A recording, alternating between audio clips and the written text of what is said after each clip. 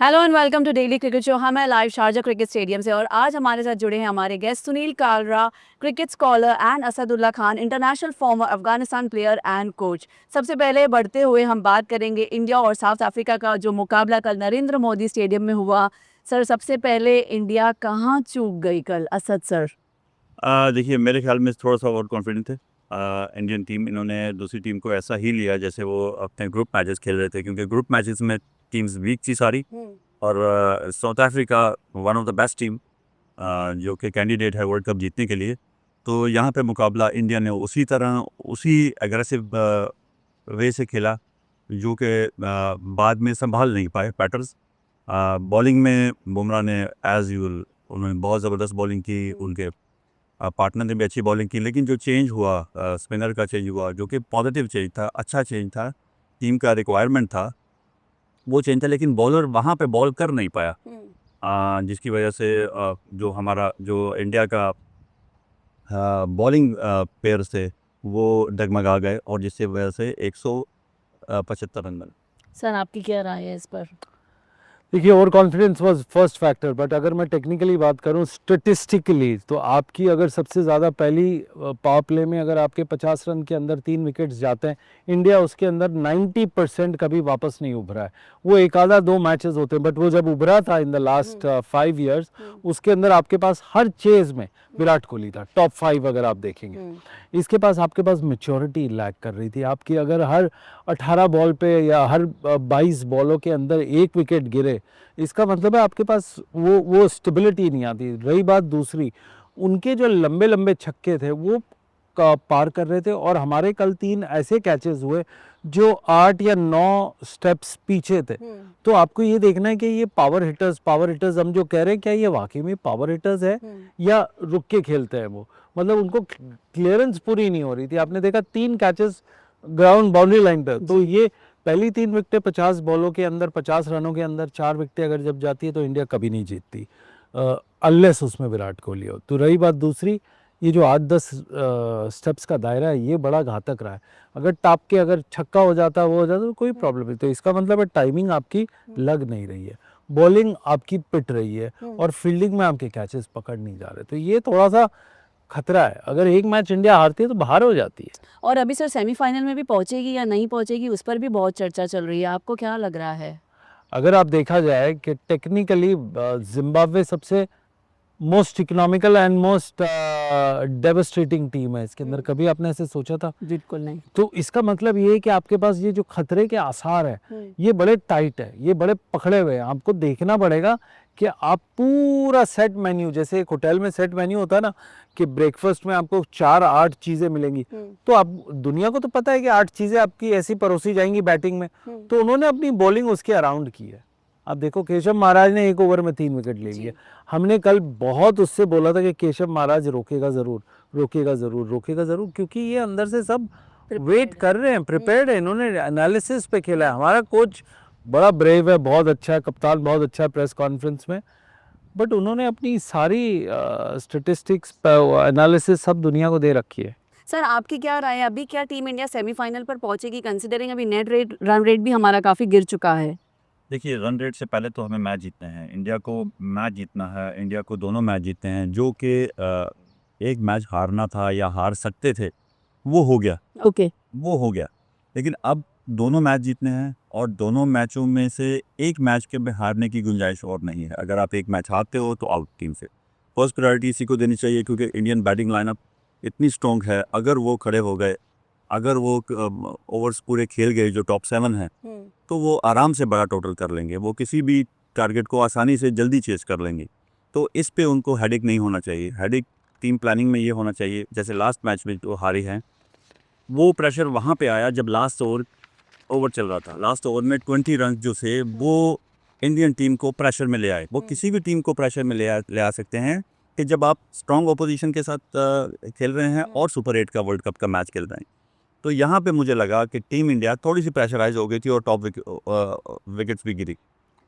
तो जो प्रेशर में आने की वजह से जो माइंडसेट है, वो इंडिया का थोड़ा सा डगमगाया है। माइंडसेट की मैं अगर बात करूँ एज अ कोच, तो जब आपका माइंड और बॉडी एक पेज पे नहीं होते हैं, पूरी बॉडी आपकी रिएक्ट नहीं कर पाती है आपके माइंड सेट से, तो आप नहीं कर सकते हैं। क्योंकि अगर थोड़ी सी भी नेगेटिविटी आ जाए माइंड में, और बॉडी उसको एक्सेप्ट डिफरेंट टाइप से करती है, क्योंकि बॉडी को 100% आपके माइंड को फॉलो करना चाहिए और रिएक्ट करना चाहिए फ़ौरन। कोई भी अगर शॉट खेलते हैं, जैसे बैटिंग में था कि वो अपने शॉट्स को उनसे कैच आउट हो गए, तो जब बॉडी फुली रिएक्ट नहीं करेगी तो डेफिनेटली मिस टाइम होगा, तो मिस टाइम होगा तो रिजल्ट डिफरेंट हो। सर कौन से ओवर में आपको ऐसे लग रहा है कि इंडिया का कॉन्फिडेंस डगमगाया और they just lost the order? जी बिल्कुल, वो जो 20 ओवर लगे एक ओवर में, वो टर्निंग पॉइंट था पूरे मैच का। अच्छा। वहीं से इंडिया में प्रेशर आया और शुरू की विकेट जो गिरी उससे प्रेशर ज़्यादा हो गया, जिसकी वजह से नेगेटिविटी फैल गई और टीम इंडिया पैनिक हो गई, और पैनिक होने की वजह से वो टारगेट चेस नहीं कर। आप कितना सहमत है इस बात से? एब्सोल्युटली। मैच से पहले अगर आपने देखा होगा कि हम लोग तीनों डिपार्टमेंट में थे, power play, middle overs and death overs batting में, और बॉलिंग के अंदर हम लोग बहुत अच्छे थे। अभी हम लोग किस में हमारा रिकॉर्ड क्या है? हमारी सबसे ज़्यादा डॉट बॉल्स है इस पूरे टॉप 8 टीम्स में। अगर हमारी सबसे ज़्यादा डॉट बॉल्स हैं, इसका मतलब है आपके बैटिंग तो कोलैप्स हो रहा। ये चीज़ें दर्शानी है। दूसरी बात, आपकी बॉलिंग और पावर प्ले अभी भी इंडिया की सबसे बेस्ट है, but what about the second third? आपकी बाउंड्री रेट में आप टॉप 3 में नहीं आ रहे। जो पहले आप बाउंड्री उसके अंदर प्रिलिमिनरी मैचेस में थे, आपके पास वो नहीं आ रहे। आप बॉल्स पर विकेट सबसे ज़्यादा दे रहे हो। जिम्बाब्वे की बॉलिंग सबसे अच्छी है, आपकी कहाँ गई? आपने इतने बड़े बड़े वो चूज़ किए थे। अब मेरे ख्याल से जो वो थियोरी ऑफ ऑलराउंडर्स है वो एक्सपोज हो रही है। वो theory of not going with top 5 top 6 specialist batters and वो पार्ट टाइम बॉलर्स, वो आपको तो आपका तिलक वर्मा आपको एक्सपोज कर रहा है, शिवम दुबे आपको एक्सपोज कर रहा है, आपका रिंकू सिंह खड़ा नहीं हो पा रहा। तो आपकी जो ये बहुत बड़ी ग्रेट लाइन थी, वो कहाँ है? Zimbabwe best bowling economy 7.2, India कहाँ पे? England leads the bowling dot balls with 42, आपके पास बुमराह और वो है, बट इंग्लैंड आपकी वो कर रही है जो अफगानिस्तान और टीमों से हारता या अटकता है। आपके पास New Zealand has the worst bowling economy of 9.6 and the lowest rate. India उससे कुछ ज़्यादा दूर नहीं है। अगर आप दूसरी टीम रन रेट की बात करोगे, इंडिया कहीं पे भी नहीं है। South Africa has taken the lead, उनका रन रेट इज 7.1 टूर्नामेंट में इतना जा रहा है। तो आपकी ये भी आपको प्रॉब्लम देखनी है। South Africa leads the net dot run rate, dot के ऊपर साउथ अफ्रीका आगे, इंग्लैंड नंबर 2 है, पाकिस्तान वो भी काफी अच्छा कर रहा है। तो ये लोग फंसते हैं बड़ी बुरी तरह पे। इंडिया की डॉट बॉलिंग परसेंटेज बहुत बहुत लो है, बहुत लो है। ये कॉज ऑफ कंसर्न है। बैटर्स के ऊपर तो आप देख रहे हो, what who will talk about the bowling, who will talk about the specialist bowlers जो आपके पास, जो अटैकिंग बॉलर्स है, जो 20 रन दे बट 3 विकेट ले भी ले एक ओवर में। आपको वैसा बॉलर चाहिए। इंडिया में आके ये बड़ी अजीब बात है, I don't know how to demystify this, कि न्यूजीलैंड आता है वो आपको स्पिनर से आपकी सीरीज जीत लेता है, साउथ अफ्रीकन आता है वो केशव महाराज आपको अटका लेता है। तो फिर प्रिपरेशन का है, ये थोड़ा सोचने की बात है। हाँ देखिए, आजकल जैसे हमने पिछले प्रोग्राम में भी बात की कि एनालिस्ट होते हैं, एनालिस्ट जो एनालाइज करते हैं ओपोजिशन टीम्स को और ओपोजिशन टीम्स की रिपोर्ट्स आपको देते हैं। टेक्नोलॉजी बहुत आगे चली गई है। जो ऑफ स्पिनर का वो है, इंडियन टीम इतनी भी बुरी नहीं है ऑफ स्पिनर, लेकिन उन्होंने सारी टीमों ने वो वीक एरिया देख लिया है कि यहाँ पे इंडियन टीम के टॉप अटक जाएगी, ये प्रिपेयर्ड नहीं है, वेल प्रिपेयर्ड नहीं है, यहाँ पे हम उनको आउट कर सकते हैं। और हर मैच में हमने देखा कि ऐसा हुआ। तो मेरे ख्याल से वापस कम बैक करना चाहिए इंडिया को, और जो अपना एग्रेसिव खेलने का मूड है उसको ऑन ही रखना चाहिए, और कॉन्फिडेंस रखना चाहिए। कोई बात नहीं, एक मैच हार गया, लेकिन जो इंडिया की टीम है उसको दिखाना है कि we are the best. Sir आप अभी बैटिंग लाइनअप की बात कर रहे थे, बट अगर कल का बैटिंग लाइनअप आप देखेंगे तो ईशान किशन नहीं परफॉर्म कर पाए, सूर्य कुमार नहीं कर पाए, अभिषेक शर्मा का बल्ला कल चला बट वो कॉन्फिडेंस बहुत लैक नजर आ रहा था। क्या तिलक वर्मा और हार्दिक पांड्या रिंकू को भी क्यों छोड़ते हैं? क्योंकि जब आप प्रेस कॉन्फ्रेंस में होते हैं तो आप लंबी 8 बैटर्स की बात करते हैं और समझते हैं जैसे रावण के 10 सर होते हैं, इंडियन के पास 8 बैटर्स हैं। उन वो कहाँ छूट जाते हैं? अनफॉर्चुनेट। सो कैन वी से was it a bad day for team India sir? वो तो आना ही था, लॉ ऑफ एवरेजेस आते हैं। देखिए, मैं फिर उसी बात पे आऊँगा कि जो 20 रन पड़े वो ही वहीं से प्रेशर क्रिएट हुआ, क्योंकि वो बॉलिंग का फिनिश था। और 20 रन बहुत होते हैं T20 गेम में। अगर किसी 1-2 ओवर में पड़ जाएं तो ओपोजिशन टीम बहुत आगे निकल जाती है। उसी को कवर करने के लिए थोड़ा सा हेडेक हुआ, जिसकी वजह से टॉप ऑर्डर गया। इंडिया का जब टॉप ऑर्डर गया तो लोअर ऑर्डर, मिडिल ऑर्डर और लोअर मिडिल ऑर्डर और पावर हिटर्स वो अपना कमाल नहीं दिखा पाए, क्योंकि वहाँ पे प्रेशर था, सुपर 8 का प्रेशर, वर्ल्ड कप का प्रेशर, बहुत बड़ा क्राउड प्रेशर, मीडिया, सब कुछ।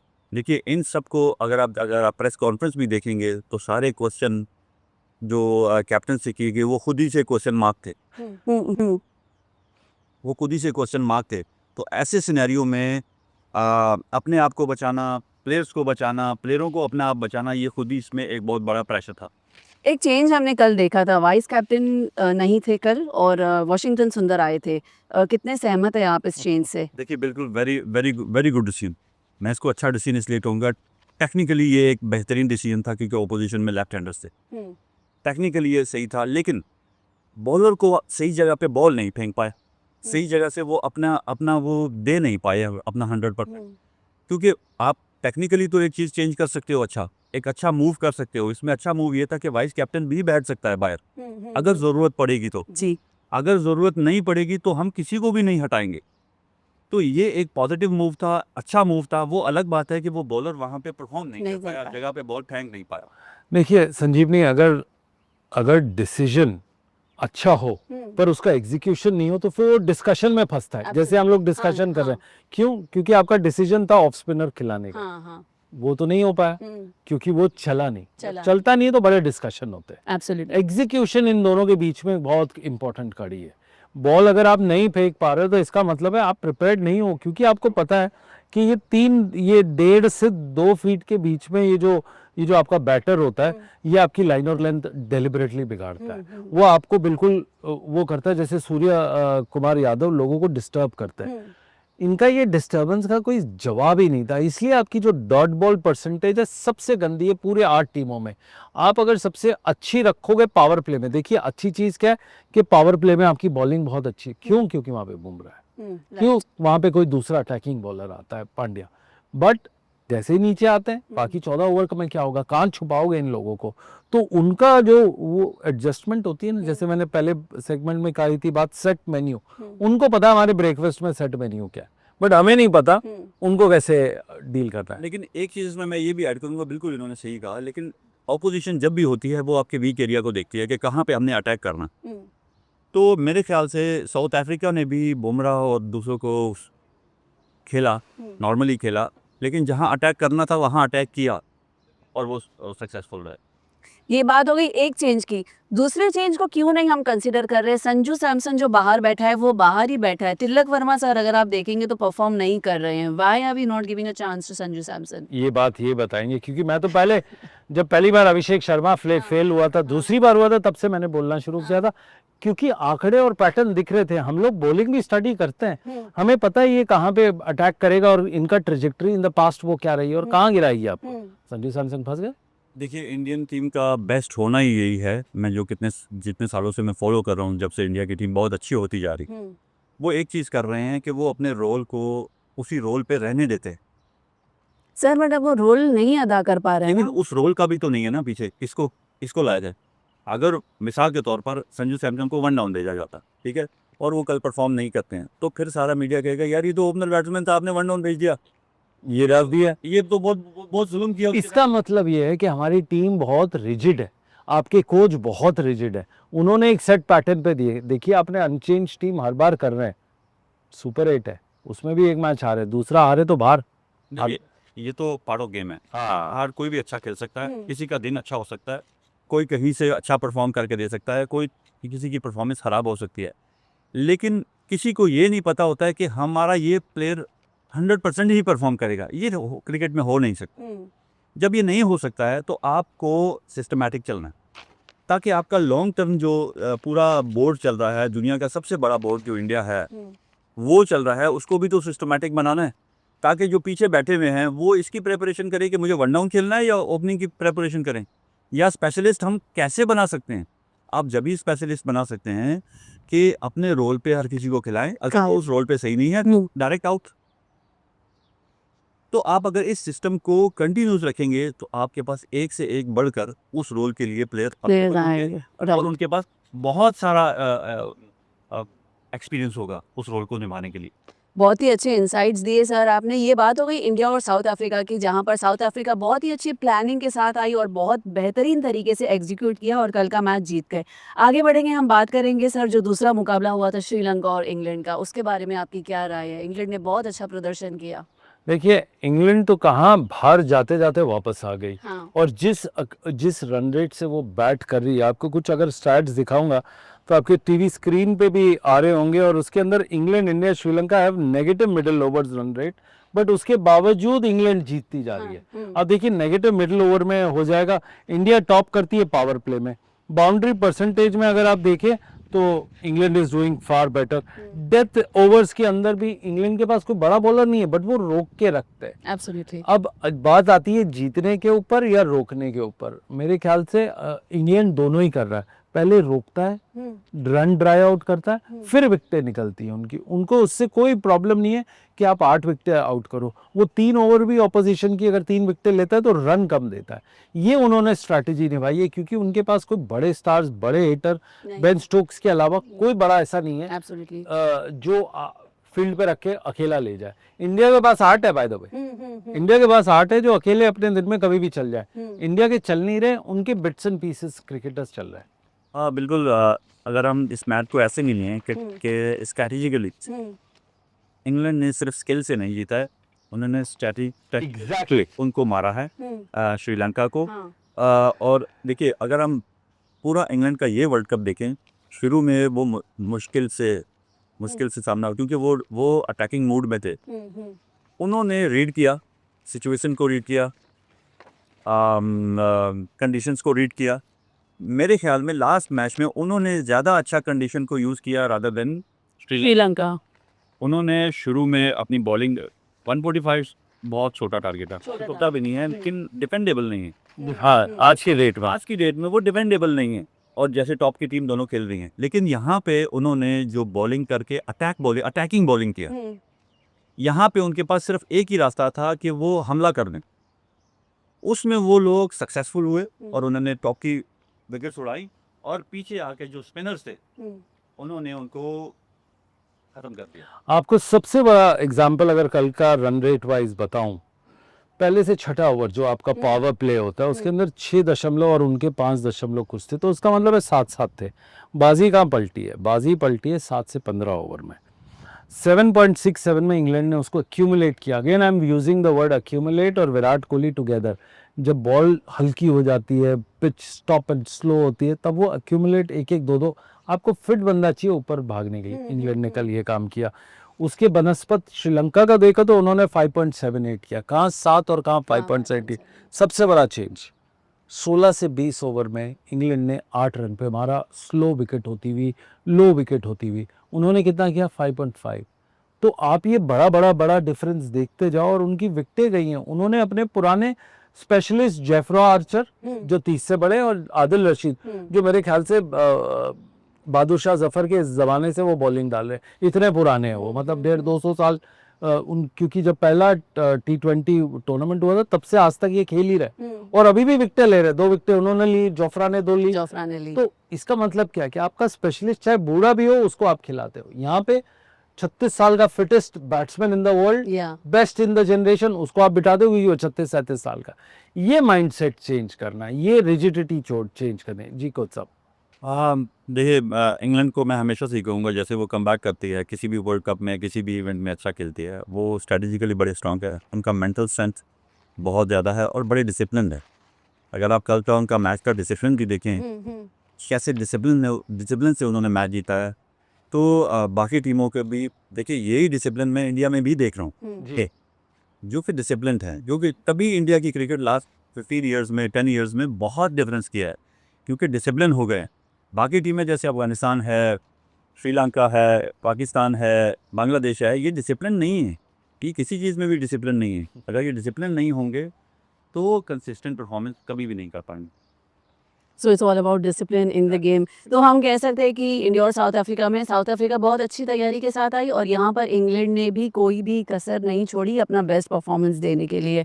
आगे जाते हुए सर आपको क्या लगता है सेमीफाइनल्स में कौन सी टीमें पहुंचेंगी ग्रुप बी से? बहुत अर्ली है मेरे ख्याल से। early? आपको क्या लगता है एक मैच और होना हाँ चाहिए? अब तो ऐसा सिचुएशन बन गया है क्योंकि बारिश भी हुई, बारिश का भी कोई पता नहीं है। बारिश अभी सर वो मौसम विभाग से एग्जैक्टली अब जैसे पाकिस्तान को बारिश फायदा दे रही है, बिना खेले ही सारे अगर रीच हुए हाँ हाँ पहुंच ही जाएंगे। तो इंडिया अपना पहला मैच हार चुकी है, हाँ तो अब देखेंगे कि बारिश कितना रोल प्ले करती हाँ। जी। और टीम इंडिया कैसे कम बैक करती है, अपने वो जो एग्रेसिव मूड था थोड़ा सा उसको स्ट्रैटेजिकली अच्छा बनाए हाँ। और डिसिप्लिन में रहे। देखिए माना कि वो बड़ी टीम है, लेकिन डिसिप्लिन से अगर आप आउट हो जाओगे तो आप बड़ी टीम भी हार सकती है। एब्सोल्युटली। अब आज मुकाबला है वेस्ट इंडीज और साउथ अफ्रीका का। सर पर अभी क्या इंडिया भी डिपेंडेंट है दूसरी कंट्रीज पर, दूसरों के नेट रेट रन पे, दूसरों के परफॉर्मेंस पे? देखिए अर्ली है, लेकिन मैं ये नहीं समझता हूँ कि 2 मैच अगर कोई टीम जीत जाएगी तो वो आसानी से क्वालिफाई कर दे। सर आपकी कुछ राय इस पे? देखिए इंडिया, वेस्ट इंडीज और साउथ अफ्रीका तीनों एक साथ लग रही हैं, बट सबसे अगर आप रिकॉर्ड्स और स्टैट्स देखोगे जिम्बाब्वे के इन तीनों से अच्छे, हाँ एब्सोल्युटली। ये हमने कभी नहीं सोचा था। तो इसीलिए हम जैसे अगर स्टैट्स के पुजारी लोग अगर ये नहीं एनालाइज कर सकते और फॉर्मर क्रिकेटर्स वो कर रहे हैं, इसका मतलब है कि अभी रुक जाओ, देखो आज का मैच गुजरने तो फिर पता चलेगा कि गेम कैसे खुला है। बट ये क्रिकेट के लिए बहुत अच्छी न्यूज़ है क्योंकि गेम खुल गया है। कोई भी जीत से। इसी के साथ साथ जसप्रीत बुमराह ने भी रच दिया है इतिहास 33 विकेटों से। हालांकि कल का match was not a good day for team India. ये बात हो गई इंग्लैंड और श्रीलंका की, इंडिया और साउथ अफ्रीका की, जहां पर इंडिया ने ज़्यादा अच्छे स्कोर्स नहीं बनाए। काफ़ी निराश है जनता उनसे, फैंस उनसे काफ़ी निराश है। आगे चलते हुए टीम इंडिया का परफॉर्मेंस कैसे रहेगा, जो आगे दो उनके मुकाबले हैं वेस्ट इंडीज़ और जिम्बाब्वे के साथ, देखने के लिए बने रहिए हमारे साथ।